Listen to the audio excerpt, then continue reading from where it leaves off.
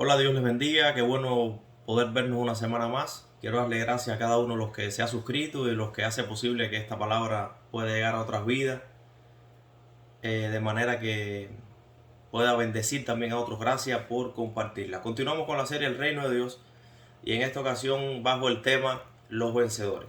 Quisiera abordar este tema desde un pasaje que está en Apocalipsis capítulo 14 verso 1, donde dice: Después miré, y aquí el Cordero estaba en pie sobre el monte de Sión, y con él 144,000 que tenían el nombre de él y el de su padre escrito en la frente. ¿Quiénes son estos que están junto al Cordero?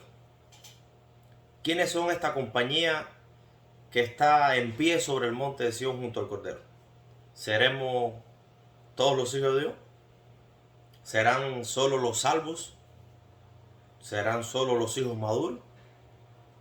¿Estarán también los niños aquí junto al Cordero?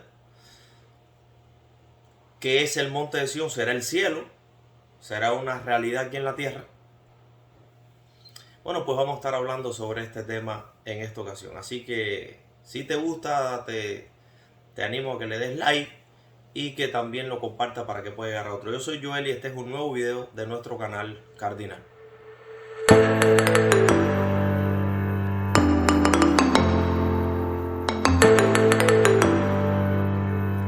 Entonces estamos aquí de vuelta y como les dije íbamos a estar hablando sobre Apocalipsis 14:1 para poder entender todo este asunto de salvación y reino. Esto es un pasaje que a mí en lo personal me ha ayudado mucho a entender este asunto.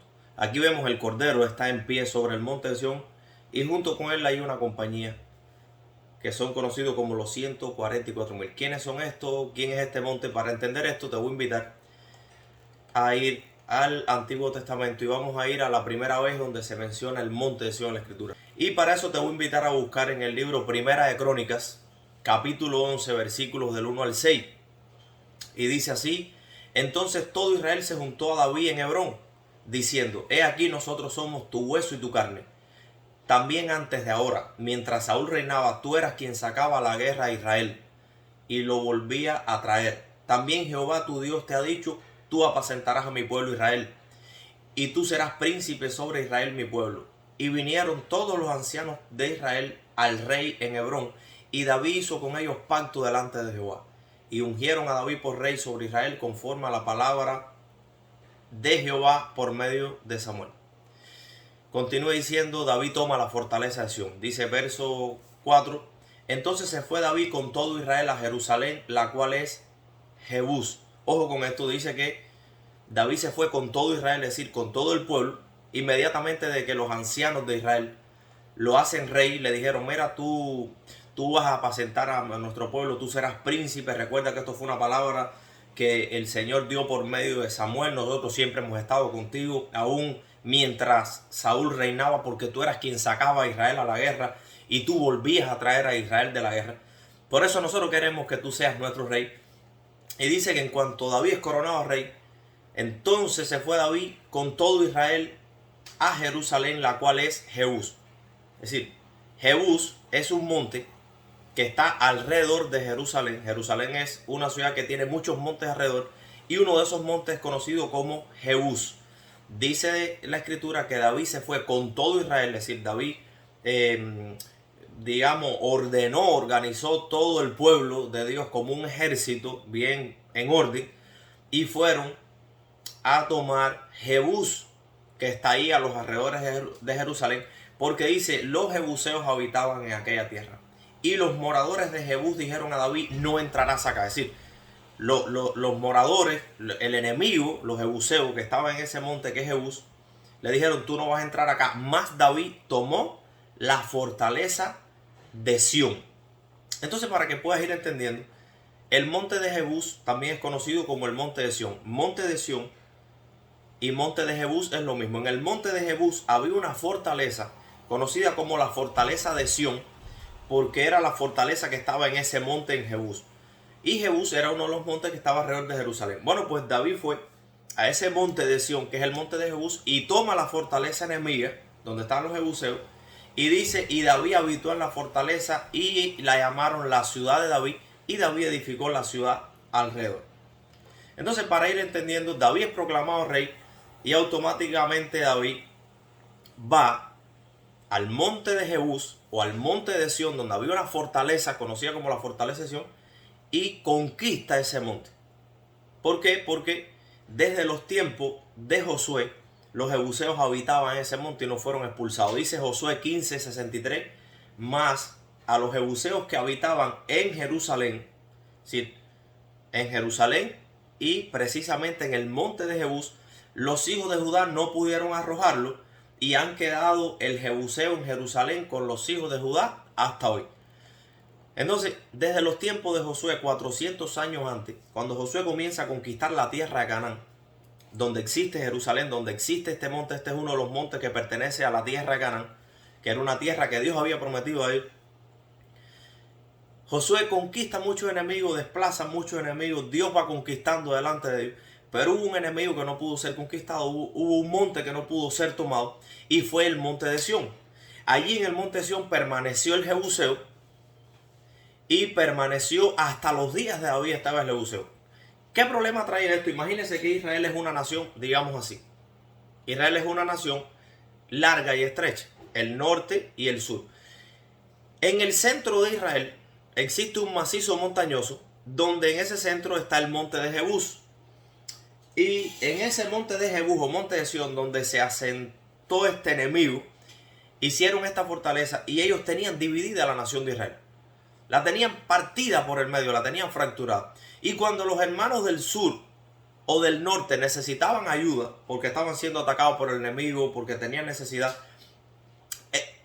unos no podían llegar a otros porque tenían que cruzar un macizo montañoso donde estaba este enemigo y no los dejaba cruzar. Es decir, que este enemigo tenía la nación dividida, tenía la nación debilitada. Este enemigo entorpecía la ayuda que pudiera venir de las tribus del norte a las tribus del sur o viceversa. Y de alguna manera esto dolía el corazón de Dios porque Dios veía a su pueblo dividido. Y Saúl no lo vio, Saúl no se dio cuenta. En los tiempos de Josué no desplazaron a este enemigo, no lo conquistaron. Y este enemigo permaneció por muchos años, hasta que llega David, como leemos, y en cuanto David asume el trono se da cuenta de que hay algo que dolía en el corazón de Dios, y es que su pueblo estaba dividido y Dios quería unir su pueblo, unir su gente, liberar a Israel de este enemigo. Y David que tenía un corazón conforme al corazón de Dios, David en su mente estaban los pensamientos de Dios, David estaba marcado por el amor de Dios. Y en vez de llegar y establecerse en su trono y comenzar a disfrutar de su vida como rey, después de tantas luchas, tantas batallas, tantos desafíos, exponer tanto su vida, no lo hizo, sino que David se da cuenta que Dios tenía una necesidad, y la necesidad de ese momento era liberar a Israel de los jebuseos, tomar el monte de Sión. Pues David va, dice, con todo Israel. David llama a la nación a pelea, a combate, a pelear por las batallas de Dios, a conquistar los sueños de Dios. Y David va y asume ese monte, dice que expulsa al enemigo y establece allí en la fortaleza de Sión, se establece y llegó a ser conocida como la ciudad de David. Ahí es donde se levanta Jerusalén. Bueno, toda la historia que usted conoce. Pero la realidad es que hay un relato en 2 Samuel capítulo 5 que nos cuenta la misma historia cuando David asume el trono, cuando los ancianos lo hacen rey, cuando David va a tomar el monte de Sión. Pero hay un detalle en este relato que no es igual al relato de Crónicas que acabamos de leer. Y se lo voy a leer para que usted vea. 2 Samuel capítulo 5 del 1 al 10 dice: vinieron todas las tribus de Israel a David en Hebrón y hablaron diciendo: henos aquí, hueso tuyo y carne tuya somos. Es decir, esto es muy similar al relato de Crónicas. Y aún antes de ahora, cuando Saúl reinaba sobre nosotros, eras tú quien sacaba a Israel a la guerra y lo volvías a traer. Similar. Además, Jehová te ha dicho: tú apacentarás a mi pueblo Israel, tú serás príncipe sobre Israel. Vinieron pues todos los ancianos de Israel al rey en Hebrón, y el rey David hizo pacto con ellos en Hebrón delante de Jehová, y ungieron a David por rey sobre Israel. Idéntico al relato de Crónicas. Era David de 30 años cuando comenzó a reinar y reinó 40 años. En Hebrón reinó sobre Judá 7 años y 7 meses, y en Jerusalén reinó 33 años sobre todo Israel y Judá. Ahora, dice el otro verso, el 6. Entonces marchó el rey con sus hombres a Jerusalén contra los jebuseos que moraban en aquella tierra. Y sigue leyendo, Y dice, y David moró en la fortaleza y le puso por nombre la ciudad de David y edificó alrededor desde Milo hacia adentro. Es decir, vemos el mismo relato. Los ancianos se reúnen, le dicen a David, tú vas a ser el rey, hay promesa de Dios sobre tu vida. Por medio de Samuel, Dios habló que tú ibas a ser el próximo rey de Israel. Tú sacabas a Israel a la guerra, tú lo traías de vuelta. Nosotros hemos estado contigo aún siendo Saúl el rey, nuestro corazón no estaba con Saúl. Bueno, y dice que en cuanto lo hacen rey, entonces marchó el rey con sus hombres a Jerusalén. Es decir, al monte que estaba en Jerusalén, dice, contra los jebuseos, al monte de Jebús, al monte de Sión. Entonces aquí hay una diferencia notable. En Crónicas dice que David fue a tomar el monte de Sión con todo Israel. Pero aquí en Samuel dice que David fue a tomar el monte de Sión con sus hombres. No dice con todo Israel, sino que dice con sus hombres. Y aquí se nos da un detalle que realmente nos cambia la historia. ¿Quiénes eran estos hombres? Ya sabemos que estos hombres no era todo Israel, sino que de la totalidad del pueblo habían unos hombres que fueron a pelear las batallas de Dios junto a David. Ahora, en 1 Crónicas 11 dice, 11:10, estos son los principales de los valientes que tuvo David y que le ayudaron en su reino. Oye esto. Estos hombres son conocidos en el Antiguo Testamento como los valientes de David. Dice que fueron la gente que ayudó a David a establecer el reino, a expulsar el enemigo, a pelear las batallas de Dios. Y ahí te comienza a hablar de estos valientes. Y dice un ejemplo, dice Jasobim, hijo de Jacmoni, caudillos de los 30, el cual blandió su lanza una vez contra 300, a los cuales mató. Habla de otro y dice, tras de este estaba Eleazar, hijo de Dodo, el cual era de los 3 valientes. Este estuvo con David, estando allí juntos en la batalla contra los filisteos. Aquí nos habla de otras batallas en las que ellos estuvieron también y vencieron porque Jehová los fortaleció con gran victoria. Ahora dice, y 3 de los 30 principales descendieron a la peña de David en la cueva de Adulán, estando en el campamento de los filisteos del valle Refaín. Dice, y David deseó entonces y dijo, ¿quién me diera a beber del agua del pozo de Belén, que está a la puerta? Y aquellos 3 rompieron por el campamento de los filisteos. Estoy en el versículo 17 de 1 Crónicas 11. Y aquellos 3 rompieron por el campamento de los filisteos y sacaron agua del pozo de Belén, que está a la puerta. Y la tomaron y trajeron a David, mas él no la quiso beber, sino que la derramó para Jehová. Y dijo, guárdame mi Dios de hacer esto.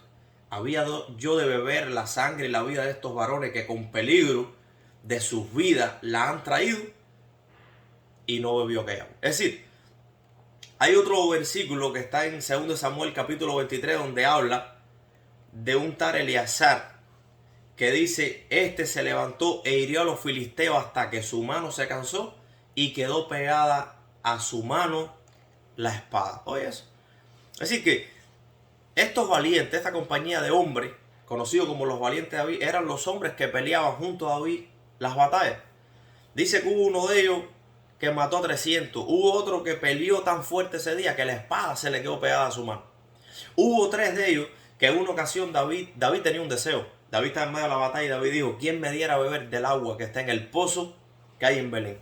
En la puerta. Pues recuerde que en la guerra los pozos eran sitiados. Un pozo que estaba a la puerta de Belén estaba sitiado por el enemigo. Estaban cortando ese flujo de agua para debilitar la ciudad, para tomarla. Y cuando aquellos 3 supieron que David tenía un deseo, que su rey tenía un deseo, dice que rompieron por el campamento de los filisteos y sacaron agua del pozo de Belén y la trajeron a David. Y David no quiso tomar el agua porque él dijo, yo no he de beber esta agua, ya que esta agua pudo haberles costado la vida a estos hombres que la han traído. Y derramó el agua delante de Dios. Entonces, estos eran los valientes de David. Estos eran los hombres que realmente dice, y fue David con sus hombres a tomar Jerusalén, a tomar el monte de Jebús, a desplazar el enemigo y a establecer el reino. No eran cualquier tipo de persona. Es decir, ¿qué es lo que estaba pasando realmente? Con este tipo de personas fue que David pudo pelear las batallas de Dios. Con este tipo de hombres que David conquistaba los deseos que estaban en el corazón de Dios. No era con todo Israel. Todo Israel no vivía para los sueños de su rey. Israel era niño, como dice en Oseas. Dice, Israel era un niño y yo lo amé. Israel era amado por Dios. Israel estaba en la mente en los pensamientos del corazón de Dios. Pero todo Israel no pensaba en la batalla de Dios. Todo Israel no se arriesgaba. Todo Israel no se aventuraba a exponer su vida. Todo Israel no estaba comprometido. ¿Por qué? Porque los valientes son el lenguaje en que el Antiguo Testamento habla de los hijos maduros. Los valientes eran los hombres más comprometidos, los hombres más apegados al corazón de su rey, los hombres que vivían para los deseos de su rey. En el lenguaje de Pablo serían los hijos maduros, los huíos. En el lenguaje de Juan serían los hermanos mayores. Pero sean los hermanos mayores, los hijos maduros, o los valientes, o los vencedores, como lo habla Apocalipsis, se refiere a un carácter, se refiere a aquellos que hacen lo que el resto del pueblo no hace por causa de que han crecido a una madurez mayor, de compromiso, de comprensión, de amor, de entrega. Ellos no siempre fueron así, quiero que usted sepa eso. ¿De dónde salieron estos valientes? Cuando usted va a 1 Samuel 22, dice, yéndose luego David de allí, es decir, de allí, ¿de dónde es de allí? Cuando usted lee el contexto, David tuvo que huir de Saúl, porque Saúl fue un rey que se enceló de David. Dios comienza a usar a David y Saúl se llena de celo en contra de David. Y David decide salir huyendo. Saúl le tiró lanzas a David. Saúl quería matar a David. Y David, por un lado, no quería volverse un Saúl. David no quería terminar siendo el hombre que devuelve las lanzas. Y David cuidó su corazón y se alejó de este hombre.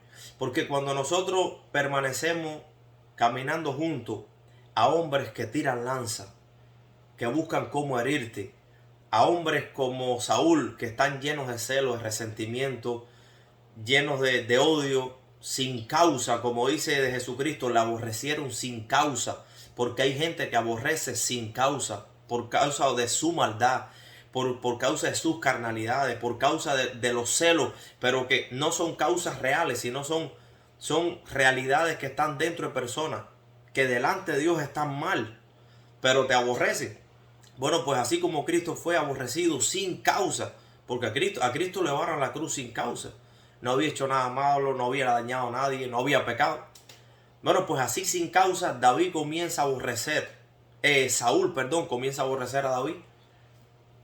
Y David sabía que en cualquier momento podía ser herido por una lanza de Saúl. David no quería devolver las lanzas, porque cuando uno permanece mucho tiempo al lado de personas que sin causa te aborrecen, uno puede terminar volviéndose ese tipo de persona que uno no quiere ser, y termina devolviendo las lanzas o termina con el corazón herido y dañado. Y David dice que decide irse y se separa de Saúl. Dice, yéndose luego David de allí, huyó a la cueva de Adulán, y cuando sus hermanos y toda la casa de su padre lo supieron, vinieron allí a él, y se juntaron con él todos los afligidos, y todo el que estaba endeudado, y todos los que se hallaban en amargura de espíritu, y fue hecho jefe de ellos, y tuvo consigo como 400 hombres. ¿Qué dice este pasaje? Este pasaje dice que cuando David decide irse y se va y se esconde ahí en la cueva de Adulán, comenzaron a reunirse alrededor de David sus hermanos, su gente. Pero ¿quiénes eran estos hombres? Dice que eran todos aquellos que estaban afligidos, que estaban endeudados, todos los que estaban amargados en su espíritu. Es decir, eran hombres quebrados, hombres fracturados, hombres que estaban llenos de odio, de celo, gente que había también sido dañada por Saúl, gente que había sido también perseguida por el rey Saúl, por las locuras del rey Saúl. Un hombre que Dios había puesto pero que se había descarriado, porque eso sucede. Muchas veces los principios de una persona son buenos, pero en algún momento el camino se confunde, en algún momento el camino comienza a pelear la batalla que Dios no lo llamó a pelear, comienza a ver enemigos donde no lo hay, comienza a pelear contra sus propios hermanos. Y este tipo de hombres eran personas así, fracturadas emocionalmente, espiritualmente, moralmente, llenos de resentimiento, llenos de amargura. Pero se juntaron con David en la cueva Y David era un hombre que había cuidado su corazón delante de Saúl para no terminar siendo el mismo hombre. David era un hombre que amaba al Señor. David no había terminado como estos hombres a pesar de que había sufrido mucho. Y estos hombres comienzan a estar al lado de David, comienzan a caminar con David y pasan de ser aquellos hombres llenos de odio y resentimiento, pasan a convertirse en los valientes que peleaban las batallas de Dios junto a David. Estos hombres olvidaron su vida. Estos hombres se olvidaron de ellos mismos. Estos hombres pusieron a un lado todo.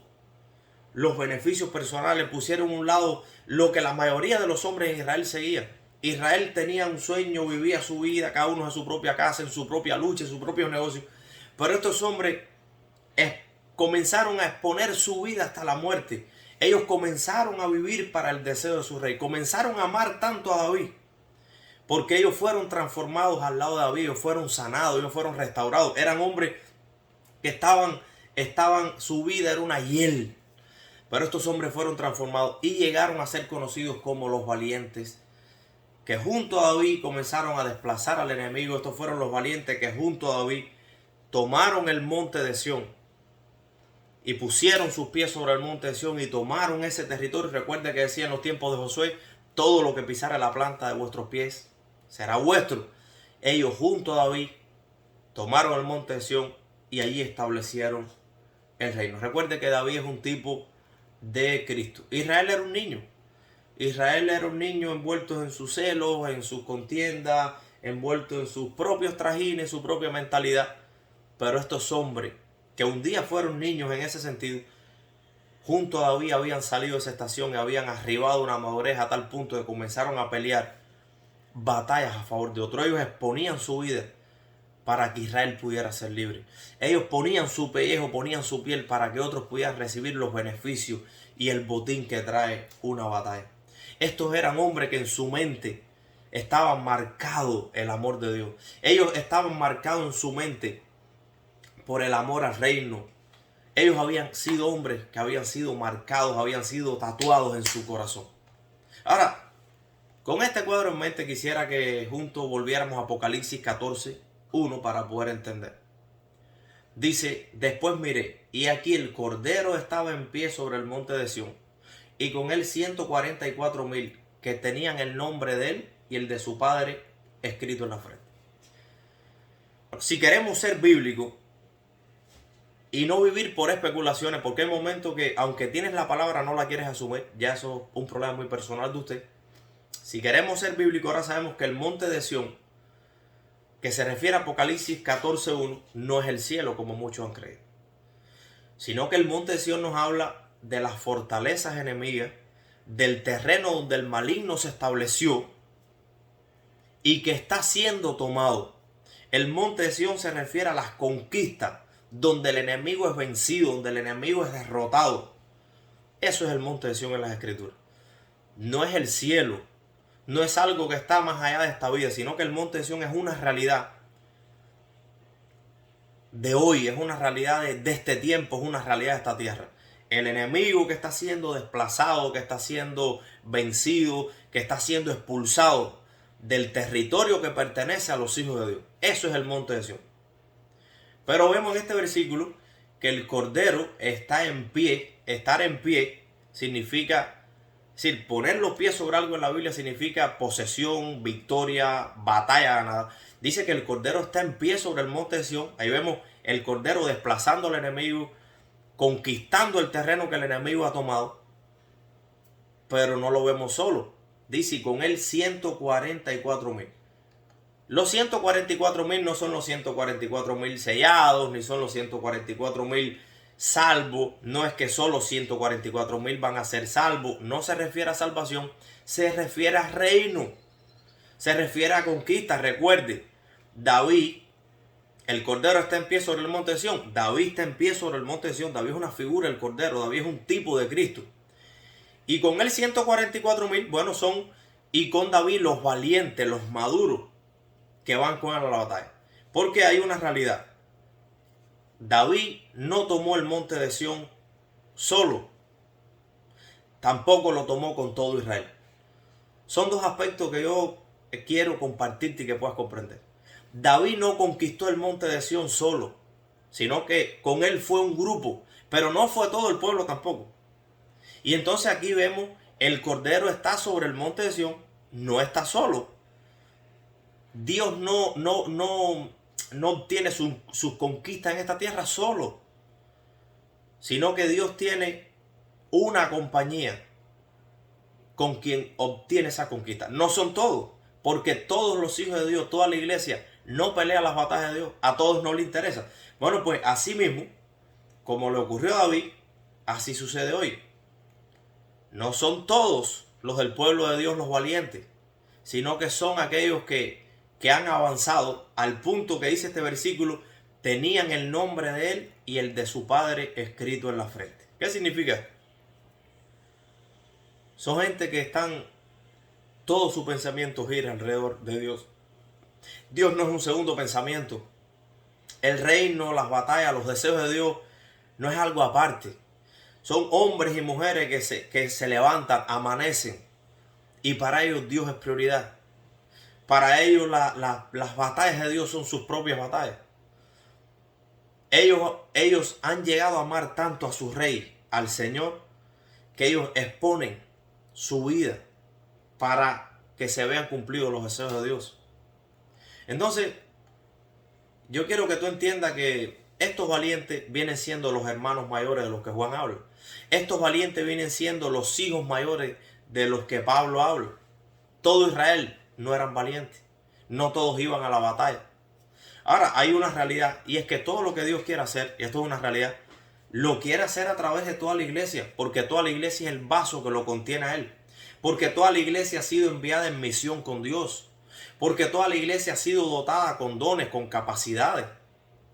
Pero la realidad es que no siempre toda la iglesia está lista o está madura para pelear las batallas de Dios. ¿Qué es lo que hace Dios? ¿Se frustra su propósito? ¿Se detiene su plan? Cuando toda la iglesia no está dispuesta a pelear las batallas de Dios, a vivir en misión con Dios, a establecer el propósito del reino de Dios, se fractura el propósito de Dios, se detiene el propósito de Dios, se pierde, te pregunto. Claro que no. Cuando el resto de la iglesia fracasa en su envío, fracasa en lo que debe hacer para su rey, entonces Dios siempre tiene sus valientes, tiene esos hermanos mayores, tiene esos hijos maduros, tiene esa compañía de fieles que pelea las batallas de Dios. Esa línea de vencedores que nunca ha sido interrumpida, jamás ha sido. Desde el antiguo pacto hasta los días de hoy. Cuando el resto de la iglesia fracasa, cuando el resto de la iglesia está en la cuna viviendo su infantilidad, viviendo su niñez espiritual, en sus propios pleitos, en sus propias contiendas, en sus propios razonamientos, entonces no se interrumpe el propósito de Dios, sino que Dios tiene esta compañía de hombres y mujeres maduros que pelean estas batallas para también traer beneficio a aquellos que no están peleando en ese momento. No son una clase especial de personas, no son mejores, sino que sencillamente son niños que han crecido, son hijos de Dios que entraron en la adopción, son hijos de Dios que están siendo dados por el Padre, así como Jesús fue dado un día para traer el reino, para conquistar. Así como Jesús fue dado y el Padre dijo, este es mi hijo amado, y comenzó a desplazar al enemigo. ¿Cuántos endemoniados liberó? ¿Cuántos enfermos sanó? ¿A cuántos libró del azote de la enfermedad, de la muerte, de la maldición, del poder del maligno? Desplazaba por un lado al enemigo y por otro lado establecía el reino en la vida de esa gente. Es decir, que no son una clase especial, sino que son los hijos que han arribado a la madurez en quienes se ha formado este carácter.